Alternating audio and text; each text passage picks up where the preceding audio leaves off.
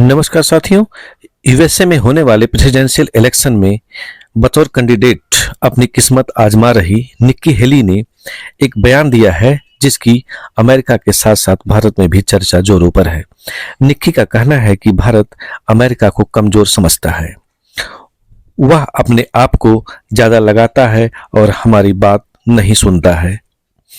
भारत रूस से संबंध रखता है, यह बात अमेरिका को काफी अखरती है। यही वजह है कि वह भारत को लगातार टारगेट करता है। जब से भारत में नरेंद्र मोदी के नेतृत्व में पूर्ण बहुमत वाली सरकार बनी है, तब से भारत में अमेरिका की मनमानी नहीं चलती। अब भारत को अपने नेशनल इंटरेस्ट को वरीयता देता है। भारत वह काम कर रहा है जो भारत के हित में है।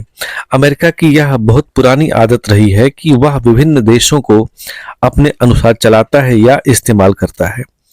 भारत के साथ अब वह ऐसा बिल्कुल नहीं कर पा रहा है। यही कुंठा निक्की हेली के मुंह से बाहर निकल रही है। जो बात निक्की हेली ने कही है, वह बात उनकी व्यक्तिगत न होकर अमेरिका की एक जो जनमानस की इच्छा है वह प्रकट होती है। यूएसए को यह समझना चाहिए कि इंडिया रसिया के साथ ही नहीं, यूएस के साथ भी संबंध रखता है। भारत किसी का पिछलग्गू नहीं है। अब भारत की अपनी स्वतंत्र विदेश नीति है। रूस यूक्रेन वार शुरू हुआ तो यूएसए और उसके हैंगर यूरोपियन कंट्रीज ने कहा कि भारत को रूस से तेल नहीं खरीदना चाहिए। वहीं यूरोप ही नहीं, अमेरिका ने भी रूस से तेल और गैस खरीदा है।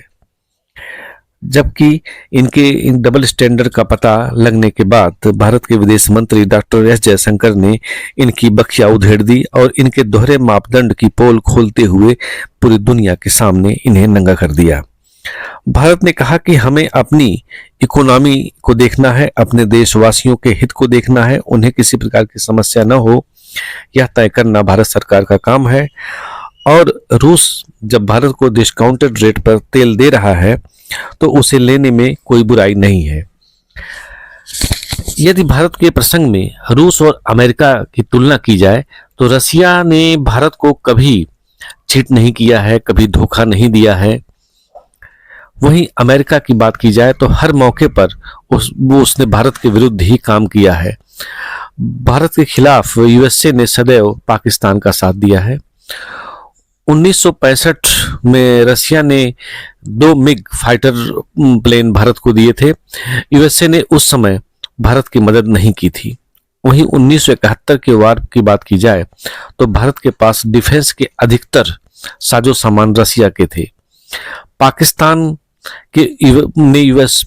को अमेरिका ने पैट्रन टैंक दे रखा था। वहीं फ्रांस ने उसे मिराज दे रखा था। ब्रिटेन ने भी उसी का साथ दिया था।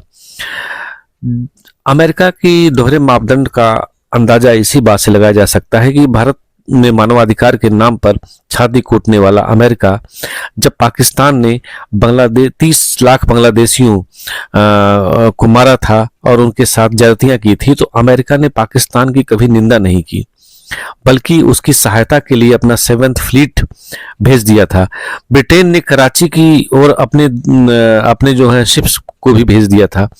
यहाँ रसिया ने अपना सबमरीन पहले ही भेज रखा था। उसे देखकर अमेरिका पीछे हट गया। यह बात डॉक्टर एस जयशंकर ने दुनिया के सामने रखी और बताया कि भारत और रूस के संबंध काफी पुराने हैं और भारत किसी के लिए रसिया को छोड़ने को तैयार नहीं है।